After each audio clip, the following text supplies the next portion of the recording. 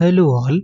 इस लेक्चर में हम लोग पढ़ेंगे कैरेक्टरिस्टिक ऑफ वेव मोशन। तो बेसिकली वेव मोशन की क्या क्या प्रॉपर्टीज़ हैं, यानी अगर वेव है तो उसकी क्या प्रॉपर्टीज़ होंगी। सपोज आपके पास वेव क्या है, बेसिकली एक डिस्टर्बेंस है मीडियम में। तो हमारे पास ये मीडियम था, हमने डिस्टर्बेंस क्रिएट किया। सपोज हमारे पास ये एक तालाब है, इसमें हमने क्या किया, एक डिस्टर्बेंस क्रिएट किया, स्टोन फेंक के, है ना। स्टोन जैसे ही फेंका इसमें तो क्या होगा, यहाँ पे वेव्स जनरेट हुई। वेव जैसे ही जनरेट हुई तो पार्टिकल मीडियम में है, पार्टिकल है, पार्टिकल है, पार्टिकल है। पार्टिकल क्या करेंगे, ऊपर नीचे ऑसिलेट करेंगे। पार्टिकल क्या करेंगे, ऊपर नीचे ऑसिलेट करेंगे। किसकी वजह से ऑसिलेट करेंगे, इस वेव की वजह से। ठीक है, लेकिन ये पार्टिकल इधर उधर नहीं जाएंगे, है ना। इसका मतलब है वेव यहाँ से ऐसे ऑसिलेट आगे की तरफ बढ़ेगा, आगे की तरफ बढ़ेगा, आगे की तरफ बढ़ता जाएगा, लेकिन पार्टिकल अपने मीन पोजीशन यानी इस पोजीशन के ऊपर नीचे ऑसिलेट करते रहेंगे। ओके। और जो वेव होता है वो क्या करता है, एनर्जी और मोमेंटम अपने साथ ले जाता है। अगर एनर्जी मोमेंटम नहीं ले जाएगा तो पार्टिकल कैसे ऑसिलेट करेंगे। ओके। तो the characteristic of wave motion में हम लोग देखेंगे, only the wave travels forward whereas the particles of the medium vibrate about their mean position. तो केवल और केवल पार्टिकल ऑसिलेट कर रहे होंगे और केवल वेव आगे की तरफ ऐसे ऐसे बढ़ता हुआ जाएगा। पार्टिकल यहाँ पे था, यहीं पे रहेगा, बस ऑसिलेट ऐसे ऐसे करेगा। यहाँ पे था तो यहीं पे रहेगा, ऑसिलेट करेगा। यहाँ पे था, यहीं पे रहेगा, ऑसिलेट करेगा, और वेव ऐसे ऐसे ऐसे ऐसे ऐसे ऐसे आगे की तरफ बढ़ती जाएगी। ठीक है।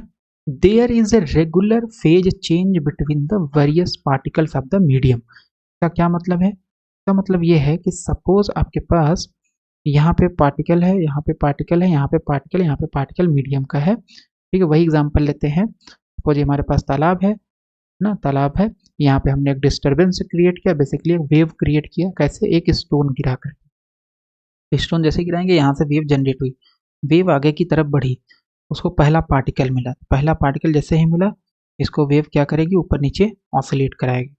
फिर ये जैसे ही ऑसिलेट करेगा तो ये क्या करेगा, वेव जनरेट करेगा, और ये वेव इस पार्टिकल को मिलेगी, ये ऊपर नीचे ऑसिलेट करेगा।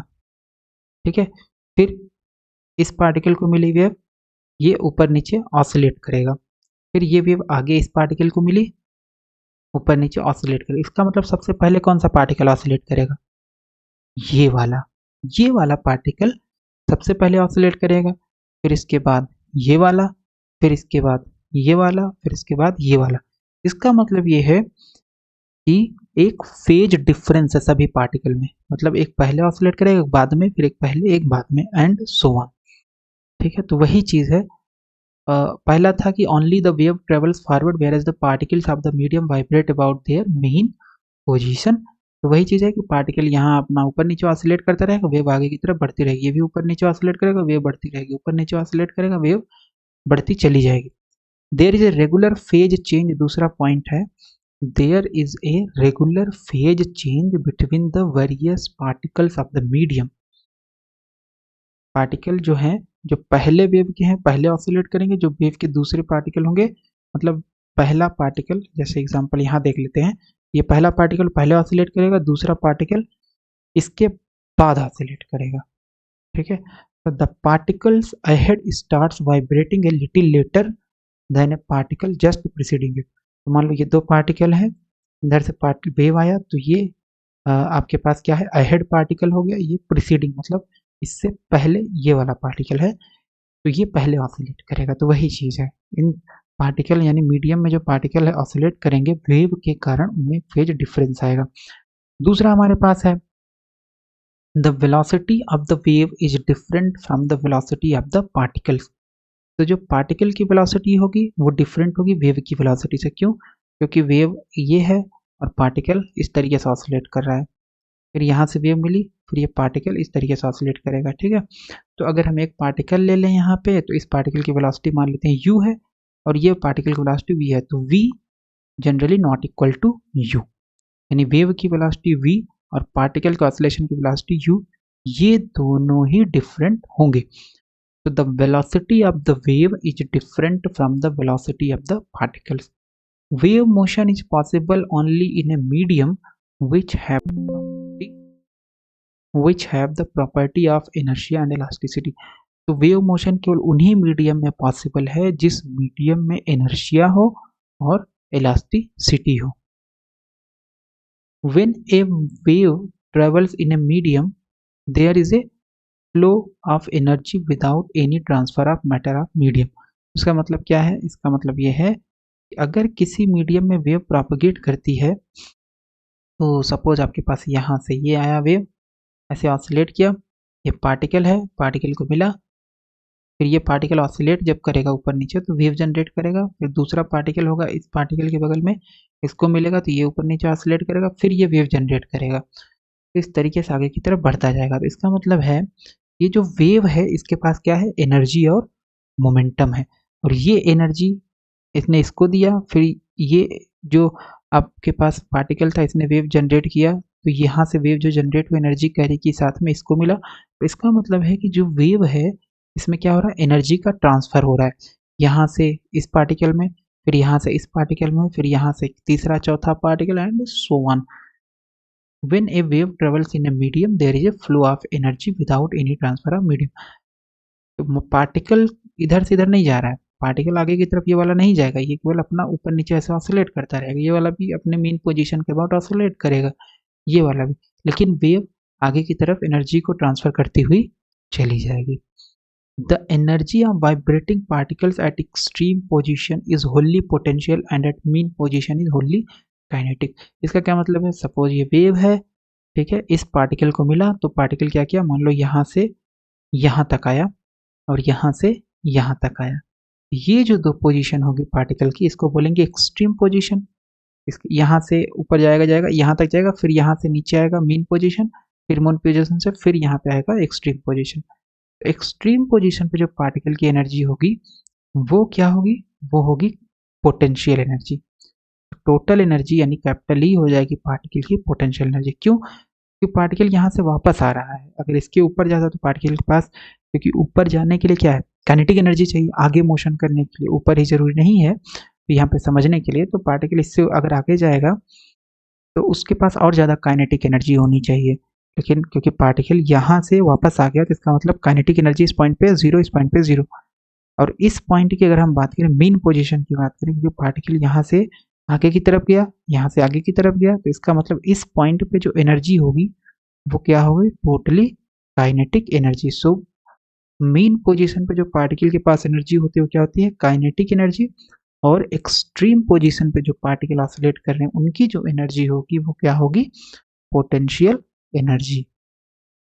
ठीक है, okay, is only kinetic and only potential. तो ये आपके पास वेव है, ग्रीन कलर से दिख रहा है, राइट? तो ये वेव है, ऐसे जा रहा है, आगे की तरफ बढ़ रहा है, और यहाँ पे ये पार्टिकल यहाँ पे था, यहाँ पे था, यहाँ पे था, यहाँ पे था, तो जैसे ही ये वेव इसको मिला ये पार्टिकल ऑसिलेट करना स्टार्ट किया, फिर ये वेव जनरेट करेगा, यहाँ पे जो पार्टिकल था इसको मिला, ऊपर नीचे ऑसिलेट करेगा। तो ये जो पोजीशन है ये पार्टिकल का है एक्सट्रीम पोजीशन, ये वाला और ये वाला, और ये पार्टिकल का हो गया मेन पोजीशन। पार्टिकल ऐसे ऐसे ऑसिलेट करता रहेगा ऊपर नीचे, ये वाला यहाँ यहाँ ऑसिलेट करता रहेगा, ये वाला यहाँ यहाँ, ये वाला यहाँ यहाँ, और वेव जो है आगे की तरफ ऐसे बढ़ती हुई चली जाएगी अपने साथ एनर्जी और मोमेंटम को लिए हुए। पार्टिकल नहीं जाएंगे आगे, पार्टिकल यहीं ऑसिलेट करेंगे। टू काइंड्स ऑफ वेव्स, दो तरीके की वेव होती है, एक है मैकेनिकल वेव्स और एक है इलेक्ट्रोमैग्नेटिक वेव्स। मैकेनिकल वेव्स कौन सी वेव होती है? ऐसी वेव्स जिनको प्रोपगेट करने के लिए मीडियम की ज़रूरत है, बिना मीडियम के वो वेव आगे बढ़ ही नहीं सकती, चल ही नहीं सकती, राइट? जैसे साउंड वेव हो गया, वाटर में जो वेव बनती है, और उसके बाद फिर आपके पास साउंड वेव हो गया, वाटर वेव हो गया। अगर आप एक स्प्रिंग लो और स्प्रिंग को खींच के छोड़ दो तो स्प्रिंग ऑसिलेट करेगा, तो स्प्रिंग में जो वेव है वो, तो ये सारी वेव्स जितनी भी है ये सभी क्या है? मैकेनिकल वेव्स है, क्योंकि इनको प्रोपगेट करने के लिए मीडियम की ज़रूरत है। तो साउंड अगर आप बोलो स्पेस में, क्योंकि स्पेस में तो मीडियम है नहीं, वहाँ वैक्यूम है, तो वहाँ पे अगर आप बात करोगे तो वहाँ पे साउंड आगे की तरफ प्रोपगेट ही नहीं कर पाएगी, ये मीडियम नहीं है। फिर हमारे पास दूसरे तरीके का वेव होता है जिसको हम लोग बोलते हैं इलेक्ट्रोमैग्नेटिक वेव। तो इलेक्ट्रोमैग्नेटिक वेव को चलने के लिए मीडियम की आवश्यकता नहीं है, अगर मीडियम होगा तो ठीक उसमें चलेगी, नहीं मीडियम होगा तो भी चल लेती है। ठीक है, तो जैसे फॉर एग्जांपल अगर हम बात करें, हमारे पास अर्थ है, ये अर्थ का इस तरीके से, और इसे यहाँ कहीं पे ये सेंटर हो गया इलिप्टिक पाथ का, ये अर्थ हो गया, यहाँ पे आपके पास क्या है, सन है। तो सन से मान लो यहाँ पे अर्थ एट एनी टाइम है, तो सन से क्या होता है, लाइट यहाँ पहुँचती है हमारे पास। तो बीच में तो वैक्यूम है, कोई मीडियम नहीं है, तो लाइट आ रही है। तो इससे हम ये निष्कर्ष निकाल सकते हैं, एक बेसिक अंडरस्टैंडिंग ये हो गई कि क्योंकि सन से लाइट हमारे पास आ रही है, तो लाइट इलेक्ट्रोमैग्नेटिक वेव होगी, क्योंकि इसको चलने के लिए मीडियम की ज़रूरत नहीं है। फिर हमारे पास दो तरीके का मैकेनिकल वेव होता है। दो तरीके का मैकेनिकल वेव कौन कौन सा, एक है प्रोग्रेसिव वेव और एक है स्टेशनरी वेव। प्रोग्रेसिव वेव कौन सा है, जैसे वाटर वेव हो गया, तालाब में अगर आप स्टोन पेल्ट करो या फेंको तो क्या होगा, वहाँ पे वेव्स जनरेट होंगी जो आगे की तरफ बढ़ती जाएंगी। ठीक है, तो वो कैसी वेव हो गई, प्रोग्रेसिव वेव हो गई। If the disturbance is continuously transmitted along the direction, अगर एक ही डायरेक्शन में डिस्टर्बेंस आगे की तरफ बढ़ता चला जा रहा है, या सभी डायरेक्शन में आगे की तरफ बढ़ रहा है डिस्टर्बेंस, वेव्स आगे की तरफ बढ़ रहे, तो उसे क्या बोलेंगे, प्रोग्रेसिव वेव। और ये वेव क्या करती है, एनर्जी और मोमेंटम कैरी करेगी, अपने साथ एनर्जी और मोमेंटम लेके जाएगी। दूसरा हमारे पास है स्टेशनरी वेव्स। तो स्टेशनरी वेव्स कौन सी वेव्स होती हैं, जो एनर्जी का ट्रांसफ़र नहीं कर सकती। ऐसी वेव्स जिनके द्वारा एनर्जी का ट्रांसफ़र नहीं होता है, उन्हें बोला जाता है स्टेशनरी वेव्स। एग्जाम्पल क्या है इसका, जैसे गिटार में जो वायर में अगर हम उसको डिस्प्लेस करें तो हमारे पास साउंड आती है डिफरेंट डिफरेंट। ठीक है, तो वायर में, गिटार के वायर में जो वेव जनरेट हो रही है वो कौन सी वेव है, स्टेशनरी वेव है। बांसुरी जो हमारे पास होता है उसमें जो वेव जनरेट होती है स्टेशनरी वेव्स होती है। ठीक है, तो ये हमने पढ़ा basic characteristic of wave motion.